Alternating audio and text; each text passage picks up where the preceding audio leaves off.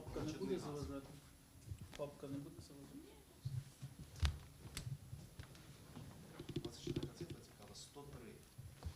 Так, так.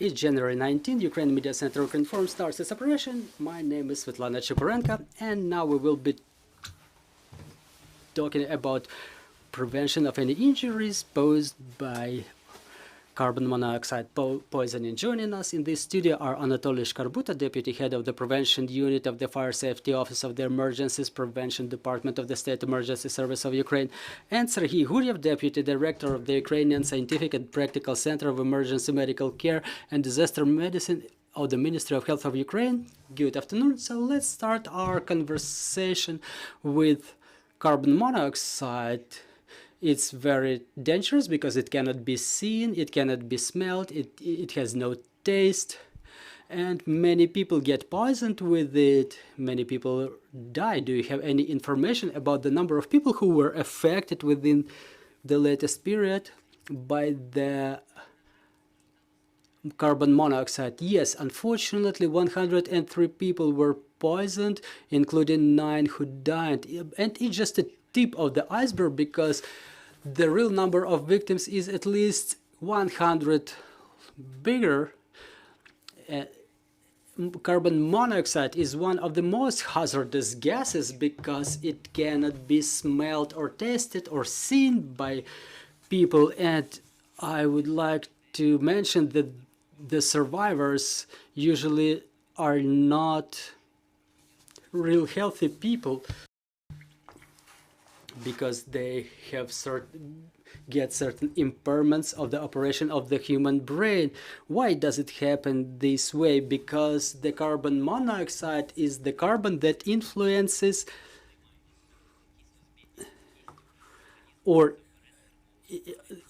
the human body in a way that it gets less oxygen in all parts, including the lungs and blood. And again, please pay maximum attention to what my colleagues from the State Emergency Service will say about the symptoms and what should be done in case of poisoning. Thank you. So, Mr. Anatoly, how to identify a leakage of carbon monoxide, and how can we understand, as we said, that it has no, since it has no smell, how to understand that it's present in the area and what to do in such case? Well, let me start with the small statistics. By the end of the year 2023, there were more than 3,000, or in the end of 2023, more than 300 fires were documented in the country, and the State Emergency Service was able to rescue more than 180 persons. The statistics means that with the beginning of the heating period, the number of fires grow, as well as the number of people who get poisoned by the carbon monoxide. And again, its danger is that, as we mentioned, it cannot be smelled or seen by people. So everybody, I would like to urge everybody to pay attention to the heating devices, to their normal operation. And yes, everybody is supposed to do that before the beginning of the heating season. First, they need to rectify all the discrepancies and operate all of the devices and appliances according to the manual that is usually accompanying appliances like that. And in the year 2023 we're comparing to the year 2022, we observe decrease in the number of fires in the residential areas. We were able to achieve this result thanks to the preventive measures that were taken by the representatives of the State Emergency Service and other representatives of the local government. People started using the appliances in more careful manner, and the biggest number of fires, which as well as death of people which resulted from poisoning with carbon monoxide, is documented in the regions adjacent to the areas of active battle operations plus Kiev region. This is where the most breakdowns of the appliances happen due to the constant shellings and other effects of the war. Well, those are the basic rules, but again, I kindly advise everybody that no matter what happens during the war, please report to State Emergency Service so we can come and rescue you. We have resilience stations deployed all across the country, and in case of any emergency, everybody is advised to visit the resilience stations where the State Emergency Service representatives can provide basic aid. So what appliances are the most hazardous and what are the main causes of fire? Well, the most frequent causes of fire are the violation of rules of operation of the home appliances, including heaters, as well as violation of the safety rules while using stove and other heating equipment. So those are the basic causes that result in eruption of fires. So what are the main rules of operation of such hazardous devices? Well, first of all, everybody's supposed to procure certified products and check its normal operation. That's the basic rule, the rule of thumb. And then before you start using it, please read carefully the manual provided by the manufacturers, as it mentions all the safety measures that should be exercised during installation and use of the equipment. On top of that, everybody is supposed to adhere those basic fire safety rules that are contemplated by the law in force. In no case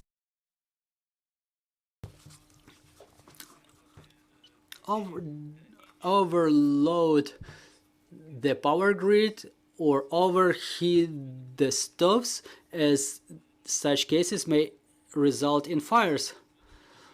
Also, please don't let the children operate any such devices, because it's always interesting. Children are curious, so please prevent them in all cases possible from using any heating appliances or equipment. And just in case the fire erupts, please call 101 so State Emergency Service can react and provide all the necessary support possible.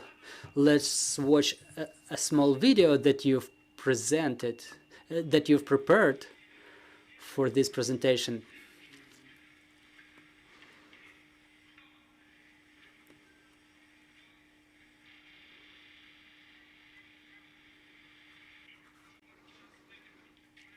We're about to walk out, and then you can get better dressed down there.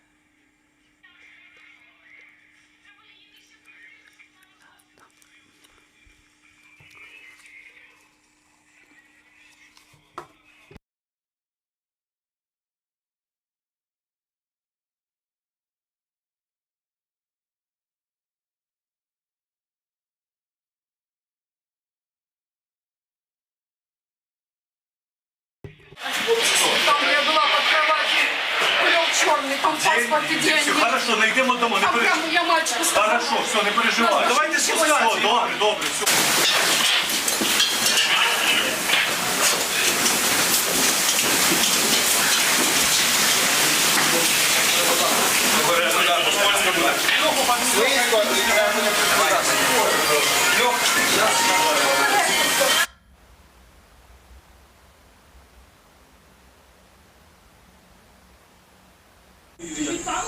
Дивіться, мені треба знати, як вам допомагати, тому що все, що тут How can I help you? Are you able to sit or stand up? Is it heavy? How heavy is this one? Well, try to get on the other side of the building.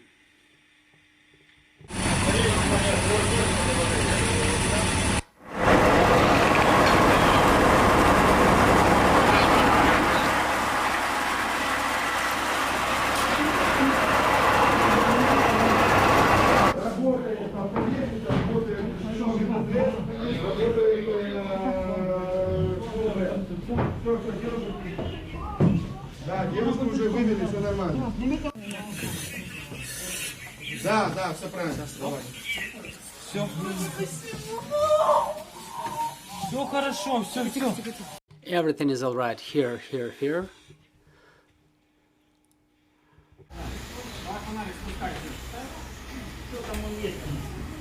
А мы еще не включали, постоим, все.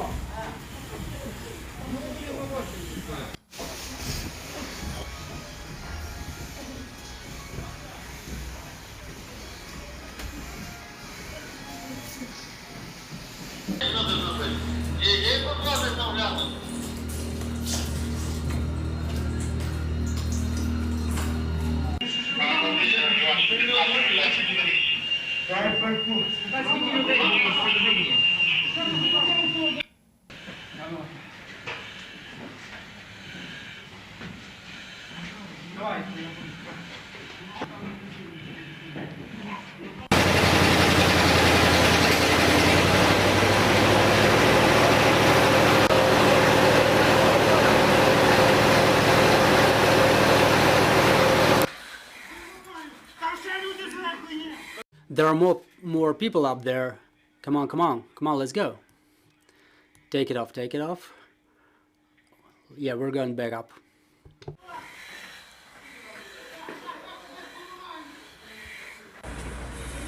Аккуратно, мам.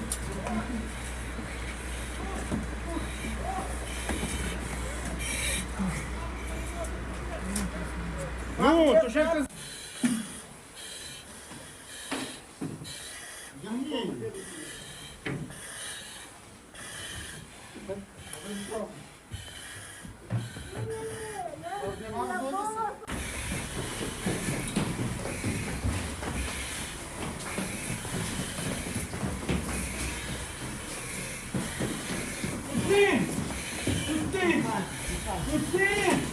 Пустіть його.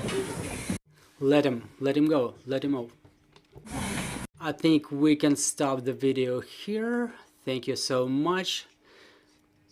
So we've seen the servicemen of the State Emergency Service in action. So let's talk about the procedure. What the people should do if they identify the leak of the carbon monoxide. What should the people do? Like, is there any step-by-step instruction?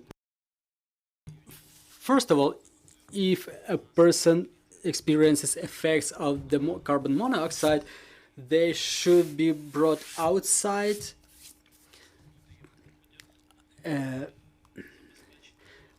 The clothing should be loosened to ensure normal breathing cycle. Then, in case of necessity, bring them back to their conscious and call 101. And meanwhile, they're on the way to proceed to provision of the basic medical aid.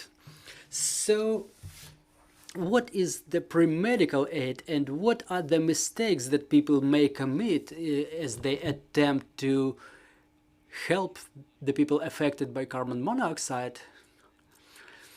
Thank you. It's a very interesting question, but I would like to mention that this video shows the operations of our servicemen, but you know, the majority of cases of carbon monoxide poisoning happens in absence of fire, for example, during operation of the car engines, and there are more widespread cases related to the heating process.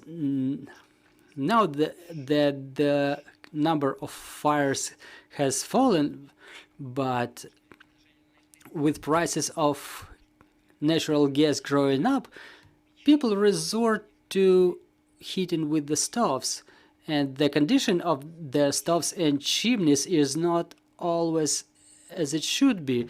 And recently there was a case with a family in Chernihiv region. The whole family died being poisoned by the carbon monoxide as they just attempted to heat themselves with the regular furnace. And unfortunately, people who get poisoned by the carbon monoxide, they look alive, the skin is still rosy, but in case you identify such person that seems alive but unconscious, so please use all the methods possible. Break the windows to let the fresh air in, and fortunately the death does not come immediately. Sometimes people may experience just headache, and if it's unnatural for them to experience such symptoms as headache, it may be a sign of lack of oxygen supply, or hypoxia, which also result in short breath, in headaches, in vertigo. So if you get such symptoms, please open the doors and windows, get some fresh air in, or walk outside because before you lose conscious, because if you do lose conscious, it's already too late. So again, let the fresh air in.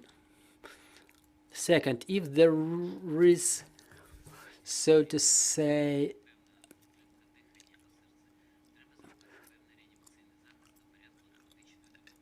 any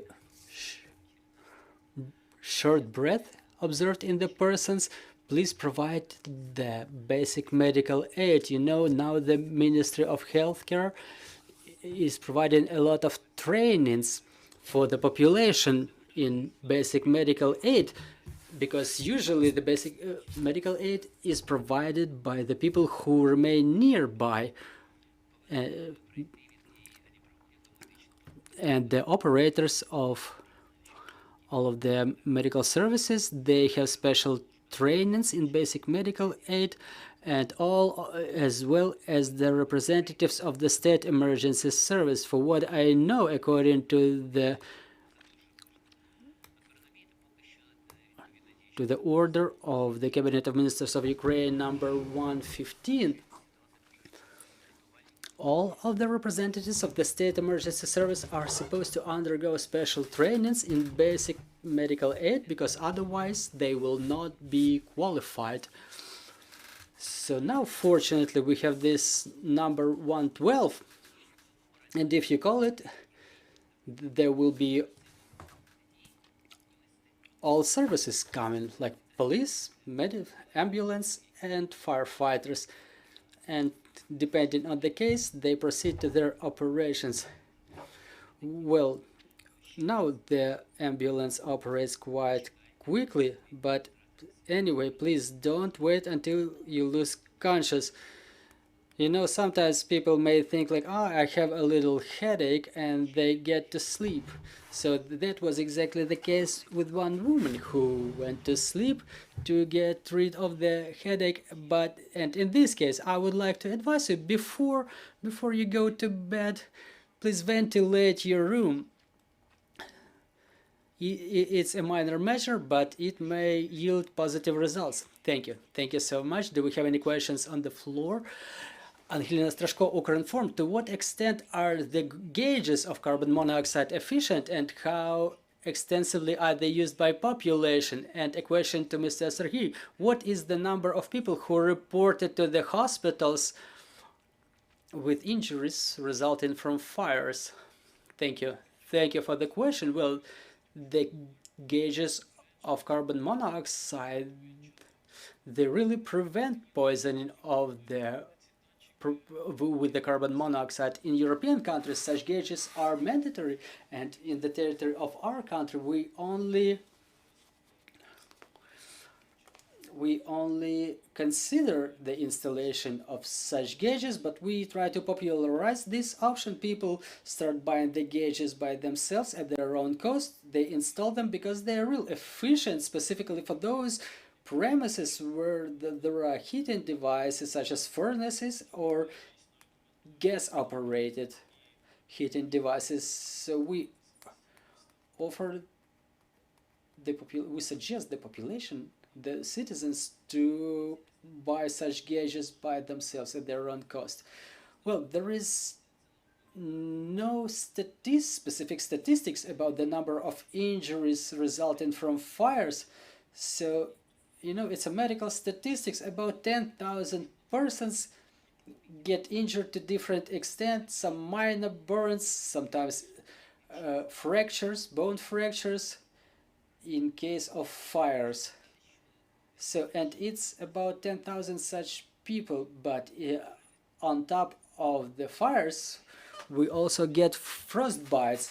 But again, 10,000 is not an official figure. It may be bigger, but in case of, for example, minor burns, people just don't report to the hospitals. Thank you.